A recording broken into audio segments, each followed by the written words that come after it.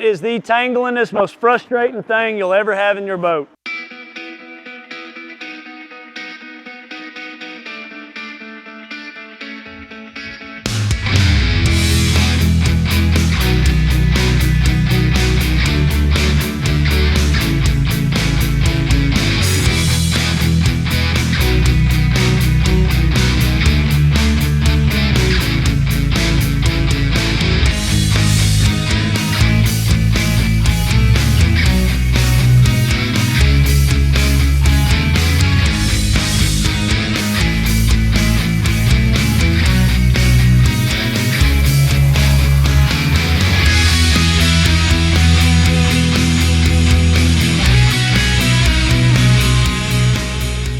When we throw an Alabama rig, what are we trying to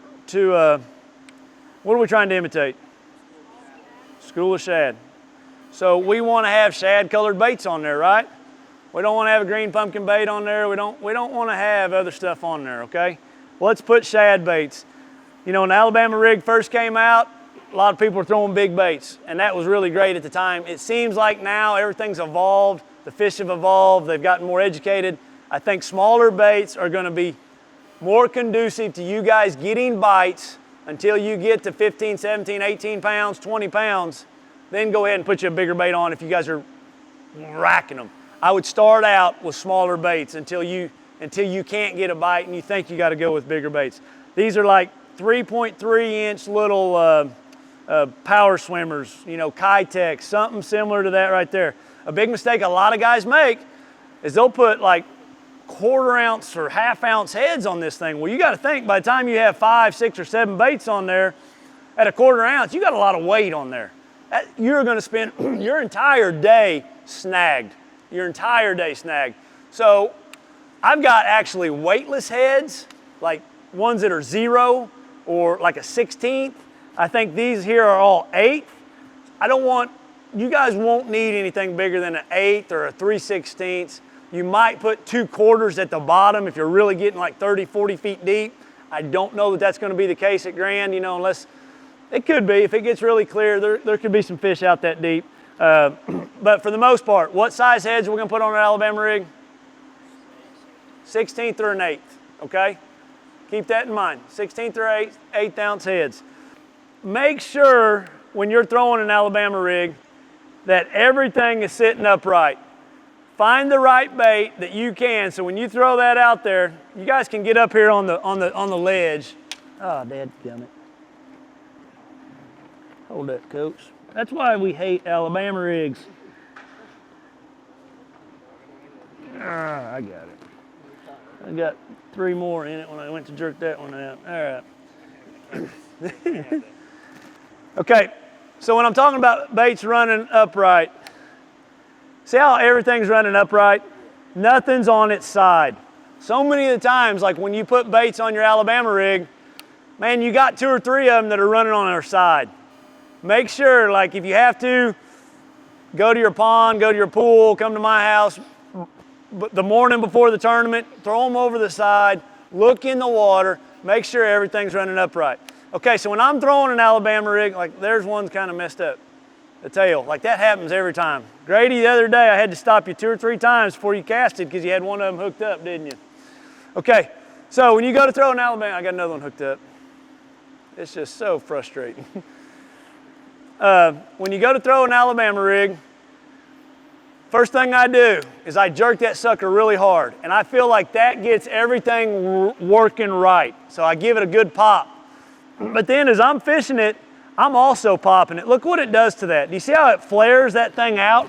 It opens it up.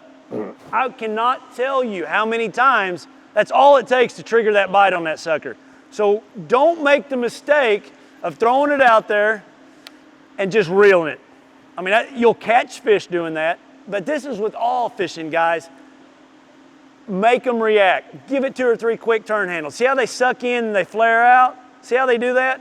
That's what triggers those bites. That's how you separate yourself from the prior high school kids that are just throwing it out there and reeling it in.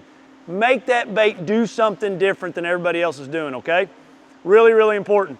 A big thing in Alabama rig fishing is knowing how fast it sinks. Like that bait right there is probably following 3 foot a second. I don't know, how deep is this pool? 12 foot. All right, so let's count it, okay? How do we count it? How do we know when it's on the bottom? Okay, so I'm gonna let it fall on slack line, not tight line. And that was 4 seconds, wasn't it? Did you count? That's 4 seconds. So everybody listen, let it fall on slack line. Why? Because it's gonna fall faster, okay? If you got it on tight line, it's coming to you. Does that make sense? Slack line, and then I want you, every time you're casting that, I want you to count how many times, like 1, 2, or 3, or 4, before you start reeling.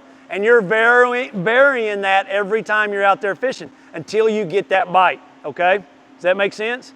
Now, if you got active target, it's a different deal. You can see your bait coming in, you know how deep it is, you know how deep the fish is, and you just want to keep it above them. It's really, really important on Alabama rig, guys. Everybody listen up. If I got a fish out there at 10 feet, what depth do you think I want my Alabama rig in relation to that fish? 9. Those are good answers. If I've got clean water, I want to have that thing 2, 3 feet, 4 feet above him. If you bring that thing right through his house at 9 feet, 10 feet, 9 times out of 10 you're spooking that fish. Always try to keep your bait above them, okay? Everybody understand that? And that's when you got active target. You can't do that if you don't have active target. So what are we doing if we don't have active target? We're counting every cast till we start reeling, okay? Then the next cast we're gonna count to 2.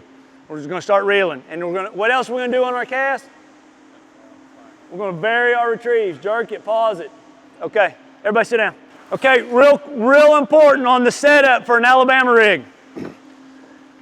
I'm not saying this is right, I'm not saying it's wrong. You guys make the decision. For me personally, I like 20-pound fluorocarbon, okay? Lots of people throw it on braid. There's nothing wrong with that. If you want to throw it on braid, throw it on braid. A big rod, I throw it on a 7/6 heavy action rod, okay? You gotta have a big rod. It can't be a crankbait rod. It can't really be a 7-foot rod. You've gotta have a big rod to get it out there on it.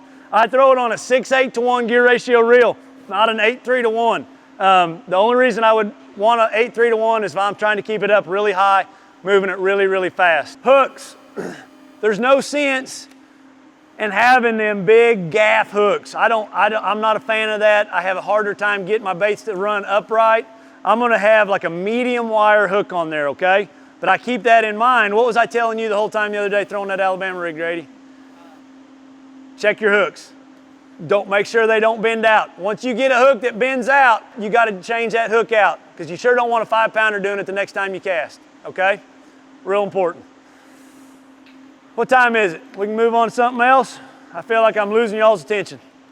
4:18. Any questions about Alabama rig? So, recap real quick. Big rod, 7/6 rod, okay? 20-pound test or 50-pound braid. Lighter heads, 1/8 ounce, 3/16 ounce heads. If you got to get deeper, put 1 or 2 quarters at the bottom. Vary that retrieve. Don't make that thing flare. Stop, open, make it do something. Yes, sir? I got it on a 6/8 That's what I like. Yeah, that's it.